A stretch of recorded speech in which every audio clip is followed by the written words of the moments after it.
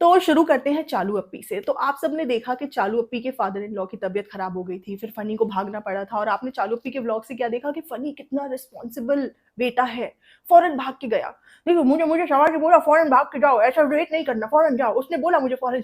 कितना एक्सप्लेन कर रहा था कि मैं सारी जिम्मेदारियां निभा रहा हूँ। पूरे व्लॉग में उसने एक्सप्लेन किया है कि डब्बा तो चाहती है कि ये जरूर आए मुंबई, यही लोग नहीं आ रहे हैं। डब्बा ने बोला कि कोई कमी नहीं रह जानी चाहिए। डब्बा ने बोला कि ड्राई फ्रूट्स का सुठौरा बना करके अपने पापा को खिलाओ भरी गर्मी में। डब्बा कितनी केयर कर रही है। डब्बा ने अपने ससुर जी को बेयर चेस्टेड, मतलब वो ऊपर कुछ पहने नहीं थे, ऐसा भी व्लॉग में दिखा दिया। मतलब डब्बा को कितना प्रूव करना था कि वो कितनी अच्छी बहू है। वो घर जमाई बना करके एक लड़के को उसके माँ बाप से दूर नहीं कर रही है, वो सबका ख्याल रखती है। फ्रेंड्स, रिस्पॉन्सिबिलिटीज इतनी है कि पापा भले ही आईसीयू में, लेकिन रिस्पॉन्सिबिलिटीज की वजह से व्लॉग नहीं बन पा रहे थे, ये हमेशा दिमाग में था।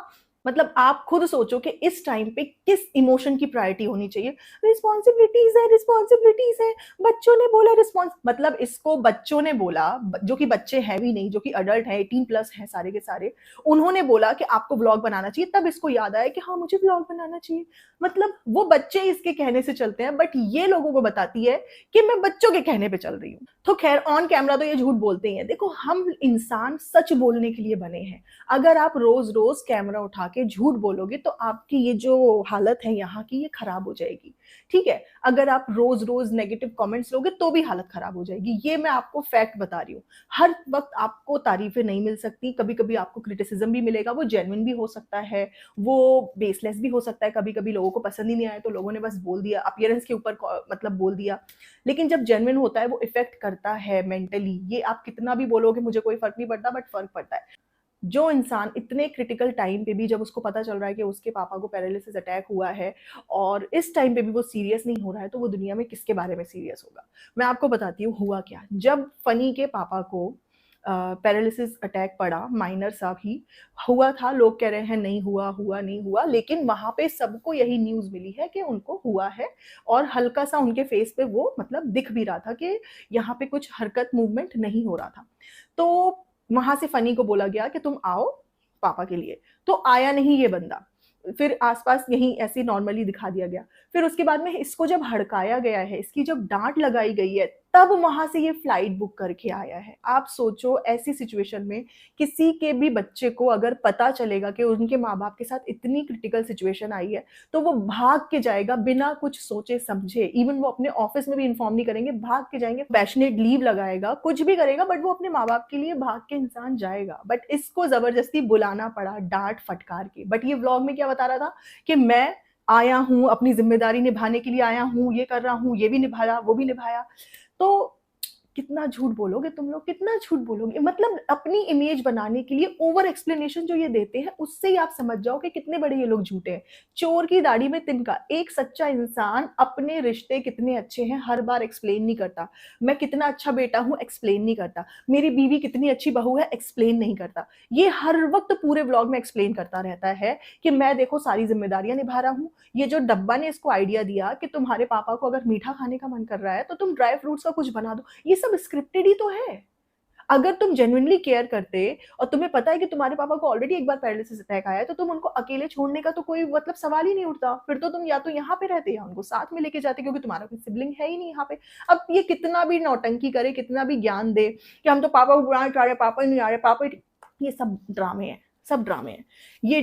ये डब्बा कभी भी परमानेंटली अपने इन लॉज को अपने साथ नहीं रखेगी। It's a fact. घर तो तुमने इन लॉज के लिए लिया था, लेकिन रखेगी नहीं। तो क्या हुआ गाइस कि जब ये फनी की बहन को आना था, तो इनके घर में ऑलरेडी टेंशन थी कि भाई तुम आओ थोड़ा मिलने के लिए, वो कुछ टाइम के लिए आई है, तुम भी यहाँ से आओ। लेकिन डब्बा का रिस्पॉन्स था कि नहीं, हम नहीं जाएंगे। ऐसे बीच बीच में अगर वो 1-2 दिन के लिए आई है, कुछ भी हुआ, तो ये इसका डब्बा का हमेशा ये रिस्पॉन्स रहता है कि हम नहीं मिलने जाएंगे, हम नहीं जाएंगे, हम आउट ऑफ द बॉक्स किसी के लिए एफर्ट नहीं करेंगे। Which is not wrong. आपकी किसी से बनती है, किसी से नहीं बनती है, ये ठीक है, इसमें कोई गलत बात नहीं है। हर इंसान आपके लिए अच्छा है जरूरी नहीं है, हर इंसान आपके बारे में अच्छा सोचता है जरूरी नहीं है, हर वक्त आपको अपनी तरफ से रिश्ते निभाने पड़े जरूरी नहीं है। बट डोंट गिव ज्ञान कि मैंने इसका भी फर्ज निभा दिया, उसके लिए कपड़े ले लिए, इसके लिए सूट ले लिया, बहन का भी फर्ज निभा दिया, बाप का भी फर्ज निभा दिया, बेटी माँ का भी फर्ज निभा दिया। ये इतना एक्सप्लेन मत करो। फिर हर इंसान अपनी जिंदगी में सारे रिश्ते अपने कन्वीनियंस के अकॉर्डिंग निभा लेता है, फिर वो आके दुनिया में ये प्रूव नहीं करता कि मैं सारे रिश्ते में परफेक्ट हूँ, मैं सबका ख्याल रख रहा हूँ, मेरे ऊपर सबकी रिस्पॉन्सिबिलिटी है। फ्रेंड्स, वो अलग बात है कि मुझे अपने फेशियल की पड़ी हुई है, इतने दिन से केयर नहीं करी अपनी। मतलब पापा तुम्हारे आईसीयू में हैं और तुम बोल रही हो मुझे मेरे फेस की मैंने केयर नहीं करी, डिहाइड्रेटेड हो गई है। देखो, कोई स्किन में प्रॉब्लम है वो तो मुझे समझ आता है, लेकिन तुम प्रॉपर पूरा स्किन केयर करवा के आई हो अपना। पापा तुम्हारे अभी भी हॉस्पिटल में ही है। ऐसा कहाँ हो रहा है कि जिसके फैमिली मेंबर में इतना क्लोज रिश्ता, पापा उसके हॉस्पिटल में हो और ये आराम से लेट के फेशियल और क्लीन अप करवा करके आई है। यही नहीं, फनी भी, फिर वो वहां से तुम प्रोडक्ट्स लेके आ। क्यूटीज जाना है जरूरी है, माँ पापा पापा तो ठीक होते रहेंगे, कोई बात नहीं। फ्रेंड्स, पापा जिस दिन आईसीयू से निकल आए थे उसके पहले ही हमने सोच लिया था क्या क्या करना है। फ्रेंड्स, उसके बाद तो हमारी पार्टी ही पार्टी, पार्टी ही पार्टी। तो रेस्टोरेंट में जाओ, पार्टी करो, खाना खाओ, बाहर घूमो। आपको तो ऑफ कैमरा दिख नहीं रहा है क्या क्या हो रहा होगा, मस्ती पूरी चालू होगी, लेकिन ऑन कैमरा फ्रेंड्स बहुत ज्यादा इस तरीके से आपने हमारा साथ दिया। फ्रेंड्स दुआ करिए, फ्रेंड्स दुआओं का असर हो रहा है, फ्रेंड्स दुआओं के लिए शुक्रिया। बस ये कर करके व्लॉग निकालने जरूरी थे, जो कि निकाल दिए। अब ये दुआओं के लिए शुक्रिया पता नहीं कब तक ये इसी स्क्रिप्ट के ऊपर व्लॉग बनाते रहेंगे। बट तुम लोग एक बात बताओ, जब तक कि तुम्हारी यूट्यूब से इनकम नहीं आ रही थी, तुम्हारा मोनेटाइज्ड यूट्यूब चैनल नहीं था, तुम्हारे पास सिर्फ फेसबुक हुआ करता था, तब भी तो तुम्हारे पापा को स्ट्रोक आया था, तब तुमने फेसबुक में कोई स्टोरी नहीं डाली, तब तुमने फेसबुक में कोई स्टेटस नहीं डाला कि मेरे पापा के लिए दुआ करिए, क्योंकि वहां से पैसे नहीं मिलने थे। लेकिन यहाँ से यूट्यूब से दुआ करिए, दुआ करिए, दुआ करिए कि ब्लॉग बनते हैं तो पैसे मिलते हैं, तो दुआ करिए, हमारा साथ दीजिएगा, साथ मत छोड़िएगा। उसके बाद जनाब स्टोरी डालते हैं कि मैं उन लोगों के लिए ग्रेटफुल हूं जो कि मेरा साथ देते हैं, मेरे लिए करते हैं, लेकिन इन रिटर्न उनको कुछ नहीं चाहिए। Look at the greediness. मतलब एक इंसान कितना एक्सट्रीम लेवल पे ग्रीडी हो सकता है कि तुम मेरे लिए सब कुछ करो, मैं तुम्हारे लिए कुछ नहीं करूंगा। इतने सारे कमेंट्स आते हैं जनाब को कि हमारे पापा बीमार हैं, हमारे पापा के लिए दुआ करिए, हमारे इसके लिए दुआ करिए। जनाब तो अपने पापा के लिए दुआएं करके व्लॉग डाल करके निकल लेते हैं, ठीक है। उसके बाद कमेंट सेक्शन में बहुत सारे लोग बोलते हैं कि आज मेरे पापा की सर्जरी होनी है, मेरे पापा को ये बीमारी है, मेरे पापा के लिए दुआ करिए। तुम उन पे दुआ करना तो दूर की बात, उनके कमेंट्स को लाइक तक नहीं करते हो, तुम उनके कमेंट्स में एक जवाब तक नहीं देते हो, इंशाल्लाह हम दुआ करेंगे, कुछ भी नहीं। ये आप लोगों की एज अ व्यूअर औकात है, you are just a view for them. आप लोग जितने भी चमचे हो, ब्लाइंड फॉलोवर्स हो, दुआ करिए के नाम पे जितना सिंपैथाइज कर रहे हो, कल की डेट में आपके घर में कुछ भी हो रहा होगा, कोई नहीं आएगा इनमें से। मैं ये नहीं बोल रही इनके लिए दुआ नहीं करनी चाहिए, करिए सबके लिए, जो भी इंसान बीमार है कुछ भी है, लेकिन आप ये भी समझो कि इनको व्यूज चाहिए। दुआएं दो ना दो वो सेकेंडरी है, पर व्यूज जरूर दो। और जब लोग इतनी दुआएं कर रहे हैं तो थोड़ा सा तो दिल रखो, ऐसा थोड़ा सा तो नरमी अपने अंदर लाओ कि तुम कुछ कमेंट्स का रिप्लाई दे दो, ग्रेटफुल हो। दिन भर कमेंट्स तो तुम पढ़ते ही होगे, क्योंकि उसके अलावा तुम क्या कर रहे हो, सारा काम तो देव भैया ही कर रहे हैं। बाकी तुम्हारा पिक्कू काम करने के लिए, केयर करने के लिए, जब तक धर्म दादा तुम्हें नहीं मिल गए तब तक तुमने पिक्कू को रिलीज नहीं किया। फिर तुम कहते हो मैंने ये सब कमाया है जीवन में, दूसरे का नुकसान करके, दूसरे की फैमिली को निग्लेक्ट करवा के तुमने अपने आप को प्रायोरिटी दिलवा दी, ये तुमने कमाया जिंदगी में। क्यों? क्योंकि हमारी फैमिली फैमिली है, दूसरे की फैमिली फैमिली नहीं। तो डब्बा की जो उसके इन लॉज के साथ है वो कुछ ऐसे ही चल रही है, एकदम मतलब कोल्ड कोल्ड वॉर तरीके से, क्योंकि फिर ये फनी को भेज नहीं रही थी तो उनके घर में कलेश चल रहा था। फिर उसके बाद इसके पापा का जो सीन हुआ, फिर उसके बाद में फनी को जबरदस्ती बुलाना पड़ा। फिर उसके बाद में जो भी सीन चला है, फनी ने सिर्फ ये प्रूव किया है कि देखो मैं यहाँ पे अपने पापा का भी ख्याल रख रहा हूँ, मम्मी का भी ख्याल रख रहा हूँ, और अपने बहन का भी ख्याल रख रहा हूँ, उनके बच्चों के लिए भी कपड़े ला रहा हूँ, ये है वो है। जब डब्बा के बच्चे का बर्थडे था तो बहुत सारे लोग स्टोरी लगा रहे थे, happy birthday Haider, happy birthday Haider. तो इसमें जो जान ना पहचान अनजान जो फैन पेजेस थे, जो इसको प्रमोशन के लिए सामान भेजते हैं, बहुत सारे लोगों की स्टोरीज को रीशेयर किया, ठीक है, रिलेटिव्स की स्टोरीज को रीशेयर किया, लेकिन इसने अपने सगे भांजे की स्टोरी को रीशेयर नहीं किया। अब आप इससे समझ लो कि कितना ग्रजेस ये रखती है लेडी। मतलब तुम्हें दुनिया जहान के लोगों की स्टोरी रीशेयर करनी है, बट इकलौते भांजे की तुमने स्टोरी रीशेयर नहीं की। वो तो बच्चा ही है, बच्चे से भी ग्रजेस ये रखती है, भले ही उससे कोई भी करवा रहा हो, लेकिन वो अकाउंट बच्चे के नाम से है। लेकिन इसने उसकी भी स्टोरी रीशेयर करके अपने पेज पे नहीं लगाई। क्यों? क्या मतलब कितने फॉलोअर्स बढ़ जाएंगे, कितना लोग देख लेंगे, कितनी प्रॉब्लम है इसको। अभी रुकैया ने एक बहुत अच्छी रील बनाई है जिसमें उसने ये बोला है कि जब अपने पे मुसीबत आती है तो सामने वाला कहता है कि आजमाइश है, जब दूसरे पे मुसीबत आती है तो बोलता है कि भोग रहा है। तो उसने ऐसे ही टाइम पे ये रील बनाई है, आप समझ जाओ किसके लिए बनाई है। बिल्कुल सच्चाई उसने इन लोगों की बयां करी है कि जब भी आपने इन लोगों को ऑफ कैमरा नहीं डील किया ना, आप इन लोगों की ऑफ कैमरा असलियत नहीं जानते हो।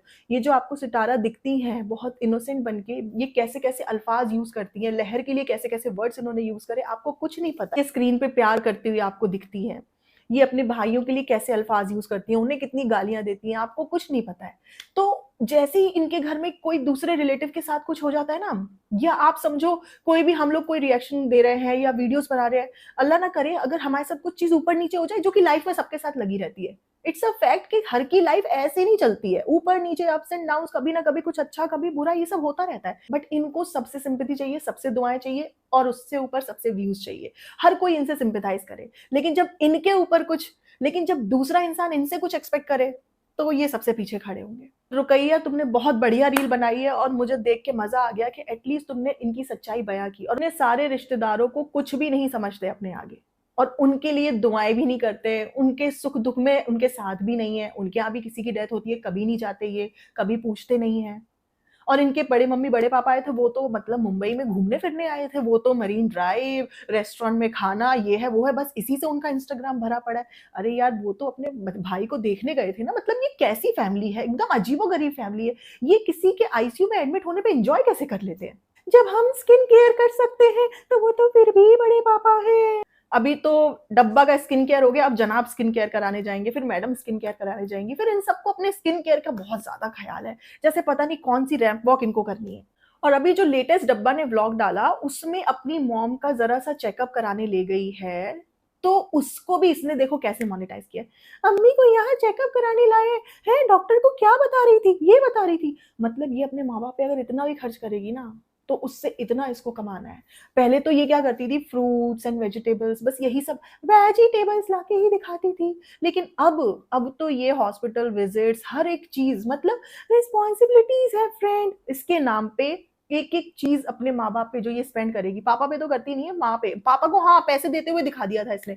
इसने पता है, इसके पापा को जब स्ट्रोक आया है उसके 2 दिन पहले व्लॉग बनाया है, और उसमें ये कह रही थी कि जब से पापा को स्ट्रोक आया है और पापा की ऐसी हालत हुई है, तब से हम पापा से कुछ डिमांड नहीं करते, क्योंकि पापा कुछ कर ही नहीं सकते हमारे लिए। इस तरीके की इसने वीडियो बनाया था। मतलब एक बेटी, अगर उसके पापा फाइनेंशियली कुछ कर नहीं रहे हैं, तो जरूरी है तुम्हें दुनिया को बताना है कि तुम्हारे पापा तुम्हारी ख्वाहिश पूरी नहीं कर सकते, अभी वो इस काबिल नहीं है कि वो तुम्हारी ख्वाहिश पूरी कर सके। आप इससे समझो कि कितने इंसेंसिटिव है ये अपने ही माँ बाप के लिए। हमें अच्छी औलाद होने का क्रेडिट चाहिए, हमारे माँ बाप फाइनेंशियली हम पे डिपेंडेंट है, ये आप लोग याद रखिए। तो इसका जो लेटेस्ट वीडियो है, उसमें बहुत सारे कमेंट्स ऐसे आ रहे हैं कि तुम्हारे भाई भाभी ने तुम्हारे पापा की बहुत अच्छे से टेक केयर की, उसी वजह से वो मतलब अभी इतना अच्छे से रिकवर कर रहे हैं, जो कि फैक्ट है। अच्छे हॉस्पिटल में इलाज कराया, इससे तो कुछ लिया ही नहीं होगा ना। तो उस कमेंट को, उस तरीके के कमेंट्स को ये लाइक नहीं कर रही। लेकिन जहां लोग कमेंट करें आपके रेस्टोरेंट की डिजाइन बहुत अच्छी है, इंटीरियर बहुत अच्छा है, आपके रेस्टोरेंट माशाल्लाह हम आएंगे, आपके रेस्टोरेंट चल जाए, आपके रेस्टोरेंट के लिए दुआएं, उस तरीके के कमेंट्स को ये लाइक कर रही है। मतलब आप ये देखो कि ये बंदी को दूसरे की जब तारीफ होती है, दूसरे को जब अपलिफ्ट किया जाता है, तब इसके दिल में आग लग जाती है। लेकिन अपने आप को, इसको हर जगह आगे रखना है बिना किसी एफर्ट के। मैं तो ये मानती हूं कि अगर आप 10 खर्च करके 1000 कमा रहे हो, तो आपको किस बात की वाहवाही चाहिए? अगर तुम ये पिज्जा, पेहान और ये ज़ारा, इन सब के ऊपर खर्च कर रहे हो, लहर वगैरह के ऊपर, तो तुम दुनिया को बता चुके हो कि इन बच्चों के माँ बाप इतने लायक नहीं है कि ये इन बच्चों की ख्वाहिशें पूरी कर सके। मैं ही इनको बस ले जाके इनकी ख्वाहिशें पूरी कर रही हूँ। तो ये तो जग जाहिर हो चुका है, तो इसमें तुम्हें किस बात की वाहवाही चाहिए? उनके माँ बाप को नौकर बना करके रखती है, उनके माँ बाप से सारा घर का काम करवाती है। वो भी कमेंट लोगों ने किया कि अभी देखो बाजा खाला आई हुई है तो घर कितना साफ लग रहा है, इस घर की पूरी साफ सफाई अच्छे से हो रही है। भाई आप लोग एक एक चीज पकड़ लेते हैं। एक कमेंट ऐसा नहीं आया है कि जहां पे जनाब और मैडम की तारीफ हो रही हो, क्योंकि उन्होंने इसके पापा की अच्छे से टेक केयर की, लेकिन इसने किसी कमेंट को लाइक नहीं किया। ये बस अपनी तारीफ वाले और अपने रेस्टोरेंट की तारीफ वाले कमेंट्स को ही लाइक करिए। तो इन कमेंट्स को इग्नोर करना और इन कमेंट्स को लाइक करना इसकी इविलनेस बताता है। बच्चे के बर्थडे में सारी स्टोरीज को रीशेयर किया, लेकिन अपने भांजे की, फनी के भांजे की स्टोरी को इग्नोर कर दिया। अगेन यू कैन सी कि ये कितना पब्लिकली दूसरे को ह्यूमिलेट और हर्ट करने का इंटेंशन रखती है, लेकिन ये गेम खेलती है। आपको पता नहीं है ये कितने रिश्ते तोड़वाने, गेम्स खेलने, पॉलिटिक्स करने में आगे है। इसीलिए मैं बोल रही हूँ कि अपनी हरकतें सुधार लेनी चाहिए डब्बा को। जब तक तुम अपनी हरकतें नहीं सुधारोगी, तो तुम जहनी सुकून में नहीं रहोगी। तुम गलत करती हो तब हम गलत को गलत बोलते हैं। हम अननेसेसरली तुम्हें गलत नहीं बोलते हैं। अगर हमें अननेसेसरली बोलना होता तो आज हम मैडम के लिए भी गलत बोल रहे होते कुछ ना कुछ। अभी तो वो वीडियो नहीं बना रही, अभी तो वो ज्यादा ज्ञान नहीं दे रही, अभी तो वो ये नहीं बोल रही कि मेरे ससुराल जैसा ससुराल सबको मिले, तो अभी हम चुप हैं। लेकिन ये जो फनी से प्रूव करवा रही है कि डब्बा बहुत ख्याल रखती है अपने सास ससुर का, फनी बहुत अपने फैमिली के बारे में सोचता है, ये पूरी तरीके से रॉन्ग है। ये सिर्फ और सिर्फ अपने फैमिली का व्लॉग के लिए इस्तेमाल करते हैं और बैकग्राउंड में उनको पूरी तरीके से निग्लेक्ट करते हैं। और इसको तो इतनी इतनी दिक्कत हो गई, वहां पे क्या है, प्रीपेड मीटर्स लग गए हैं तो इलेक्ट्रिसिटी का बिल बहुत ज्यादा आ रहा है, हर किसी का आ रहा है। तो इसके जो सास ससुर है वो एसी चला गए ना, ज्यादा चलाए तो इसने कूलर वहां पे रखवा दिया, और उनको एसी से कोई प्रॉब्लम नहीं है, ऐसा कुछ भी नहीं है। वहां पे इनके यहाँ जो हाउस हेल्प भी आती हैं वो लोग आते हैं, थोड़ा सा अगर वो एसी की हवा ले लेंगे, थोड़ा सा सुकून ले लेंगे दिन भर के लिए, क्या चला जाएगा। लेकिन नहीं फ्रेंड्स, जब हम कंटेंट बनाते हैं तभी हम खर्च करते हैं, वैसे ऑफ कैमरा हमारा बिल्कुल भी ऐसा मन नहीं करता खर्च करने का। वो लोग ज्यादा ना चलाएं, इसीलिए इसने कूलर रखवा दिया। लोग कॉल आउट कर रहे हैं कि तुम्हें पिज्जा की हेल्थ के ऊपर भी ध्यान देना चाहिए, उसको भी तुम्हें डॉक्टर को दिखाना चाहिए, तो उसको इसने कंप्लीटली इग्नोर कर दिया है, और ये रियल लाइफ में भी इग्नोर करती है। लेकिन पिज्जा से काम सारे इसको लेने हैं, और उसके बाद जब लोग ज्यादा कॉल आउट करेंगे तो पिज्जा से ही बुलवा देगी, नहीं चलो पी, मुझे डॉक्टर के पास डर लगता है, नहीं मैं नहीं जाऊंगी, चलो पी नहीं जाऊंगी। फ्रेंड्स, हम तो इससे रोज रोज कहते हैं लेकिन ये ही हमें मना कर देती है, बट कोई बात नहीं फ्रेंड्स, हम इसको जबरदस्ती किसी ना किसी दिन लेके ही जाएंगे। कब है, दिल्ली दूर हो चुकी है, गाड़ी निकल चुकी है, कब वापस लेके जाओगी, कब भाई उसके ऊपर ध्यान दो। तो जनाब के ब्लॉग में जब अम्मी आई और जनाब ने अम्मी को पूछा कि पापा से जाकर के मिलोगी, तो अम्मी कह रही अभी नहीं, थोड़े दिन के बाद मिलेंगे। मुझे ये लगता है कि ऐसा कैसे एक वाइफ अपने हस्बैंड के लिए बोल सकती है। या तो जनाब को ऊपर रखने के लिए, जनाब की इमेज ठीक ठाक रखने के लिए अम्मी ऐसा बोल रही हैं, अंदर से उनका मन होगा मिलने का। ऐसे कैसे हो सकता है कि एक वाइफ को अपने हस्बैंड को नजर भर के देखने का मन भी ना करे, इतने दिन वो हॉस्पिटल में है। मैं तो इमेजिन कर ही नहीं सकती भाई, नहीं कर सकती। तड़प जाए इंसान, बोले नहीं मुझे देखना है उनको, और अल्लाह ना करे अगर इस बीच कुछ बात ऊपर नीचे हो जाती तो तुम बिना देखे ही मतलब ऐसे रह जाती। ये तो गलत बात है भाई, जनाब को चढ़ाओ, जनाब की बात मानो, लेकिन थोड़ा सा ऑर्गेनिक रिएक्शन भी देना चाहिए। और फिर फौरन मिलने गली, फिर जनाब ने जैसी परमिशन दे दी तो अगले दिन चली गई ना मिलने के लिए। मतलब ये कि जनाब हर चीज अपने अकॉर्डिंग अपने हिसाब से चलाते हैं, और जो अम्मी है वो जनाब को रॉन्ग ना प्रूफ हो, इसीलिए बोलती है कि नहीं हम उम्रा करने नहीं जाएंगे, नहीं हम हज करने भी नहीं जाएंगे, नहीं हम पापा को आईसीयू में देखने भी नहीं जाएंगे, क्योंकि हमारा दिल कमजोर है। लेकिन जब जनाब को कंटेंट की कमी होगी तो जनाब करवाएंगे, तो अम्मी करेंगी। भले ही उनके पापा आईसीयू से निकल आए हैं, लेकिन आप देखो फैमिली कितना हंस रही है, दांत ही नहीं बन रहे, हंसे ही जा रहे हैं। मतलब भाई कितनी खुशी मना रहे हैं, ऐसे खुशी मना रहे हैं जैसे मतलब कभी जिंदगी ना मिलेगी दोबारा वाला सीन चल रहा है। मतलब खाना पीना, मस्ती करना, रेस्टोरेंट में जाना, पार्टी करना, सबकी पार्टी चल रही है। मतलब हद हो गई है भाई। मैडम के टाइम पे तो इससे भी खराब सीन था, मैडम वहां सर्जरी करा रही थी, उसके बाद घर में पार्टी चल रही थी। यहाँ कम से कम सर्जरी वाले दिन ये लोग शांत बैठे हुए थे। अब आप इससे ही अंदाजा लगा लो कि इनके जब पापा के टाइम पे है, इनका लोगों का रिएक्शन थोड़े दिन के लिए थमे, और अम्मी के बार बार आंसू निकल रहे हैं, और जब मैडम की सर्जरी होनी थी 2-2 बार, तब किसी के आंसू नहीं निकले, तब सब चंगा सी। ये लोग हॉस्पिटल जाते हैं, हॉस्पिटल से घर आते हैं, ना तो नहाते हैं ना तो धोते हैं, छोटा सा बच्चा घर में है उसकी भी इनको कोई परवाह नहीं है। फिर आके बोलेंगे फ्रेंड्स हैदर की भी तबीयत खराब हो गई थी, फ्रेंड्स रोहान को भी फीवर आ गया था, फ्रेंड्स इसको भी हो गया था। तुम लोग जरा से भी हाइजीन का ध्यान नहीं देते हो, जरा से भी प्रिकॉशन नहीं लेते हो, फिर तुम दुनिया के ऊपर डाल देते हो फ्रेंड्स आजमाइश का टाइम चल रहा है, इसमें भी अल्लाह ताला की कोई मर्जी होगी। हर चीज तुम अल्लाह ताला से जो तुम्हें बोलनी चाहिए वो तुम ऑडियंस से बोलती रहती हो। अगर तुम हर चीज को अल्लाह ताला के ऊपर रख के बोल रहे हो तो एटलीस्ट वहां पे बात करो, प्राइवेटली बात करो। हर चीज कैमरे पे तुम्हें करनी है, अल्लाह के नाम से हर चीज कैमरे पे तुम्हें करनी है, तो बकवास।